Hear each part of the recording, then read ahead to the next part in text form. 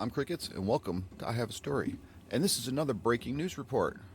Although it's not really breaking because it actually took place over the summer. But the news hasn't reported it yet. Any of it. So I guess I am breaking it. Okay, so welcome to another breaking news story. And my God, people, yes, this is the real world. And yes, this is a true story. Where's Paul Harvey when I need him?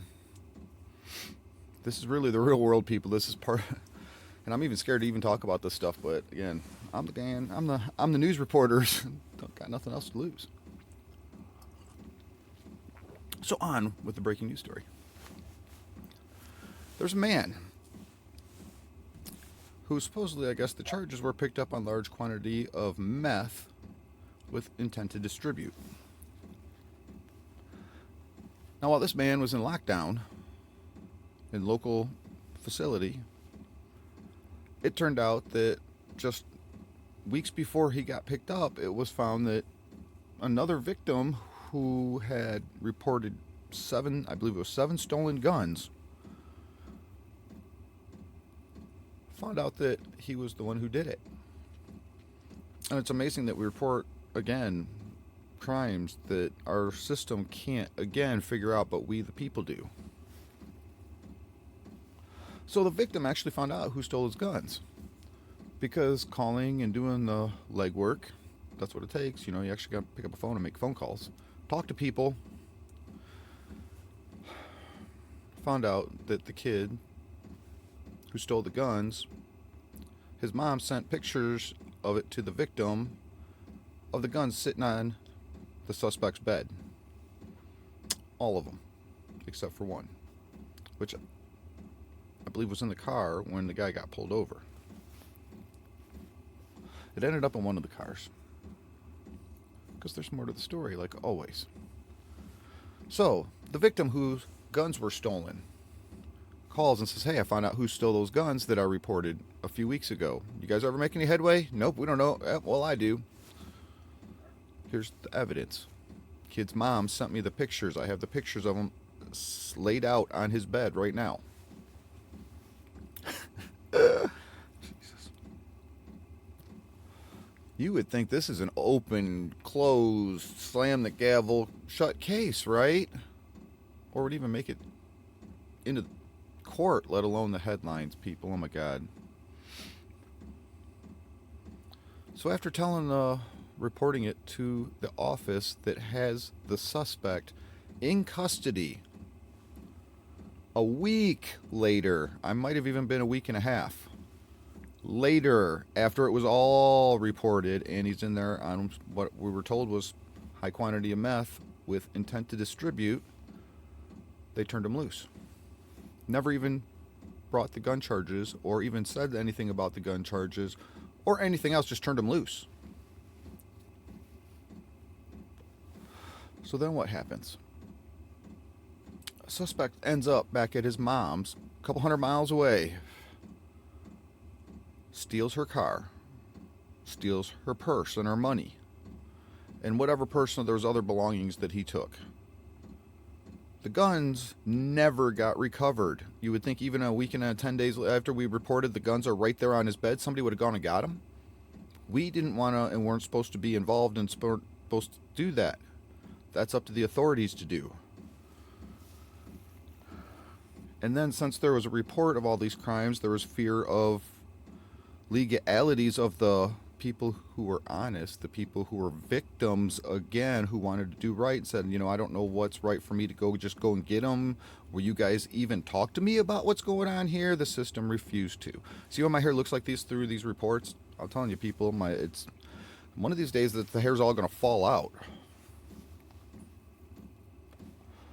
So the suspect steals mom's car, purse, money, belongings, guns, and flees.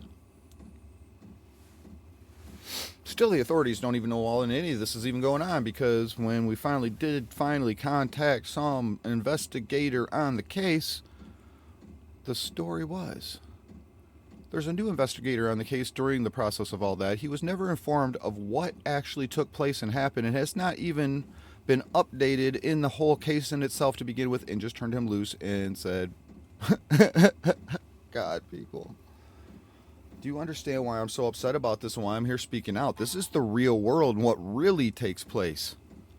At least here it does. In my life it does.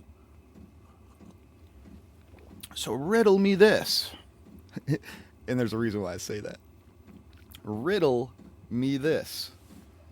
And I'm saying that in context of look inside yourself, Clarice. Riddle me this. How is it we found out that he's all the way down in South Carolina and the authorities still don't even know what's going on and he's just MIA? Last known place was several states away. The authorities still haven't gotten back to us about any of it, and that was last summer. And still nobody knows what's going on. God, people, I'm telling you, this is the real stinking world.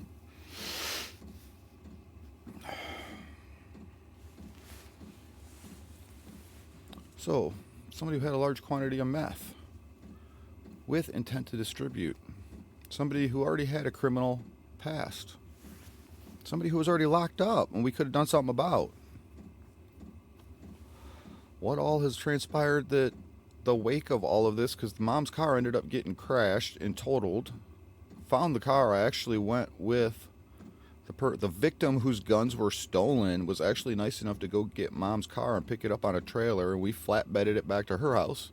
I didn't take it to her house. I brought it back to his house, and he was taking it down to her house the next day. But I helped him get it on the trailer and go pick it up, and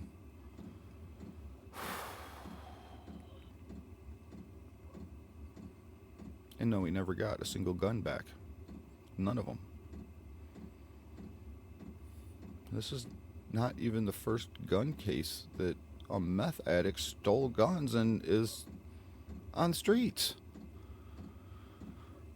I just want to save streets, and I don't want guns to be the blame, and I want our system to start taking in the blame for not doing their job, because that's where the problem is.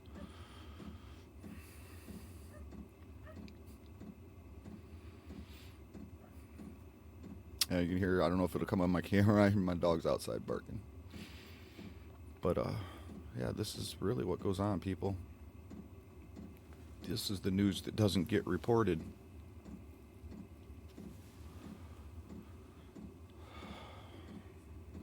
So here's another breaking news story of why crime continues.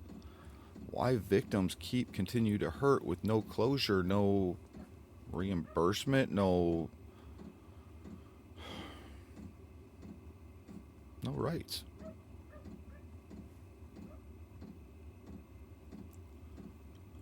I don't know what more to add to that right now, but break the story to you. Maybe you'll hear it in the headlines one day.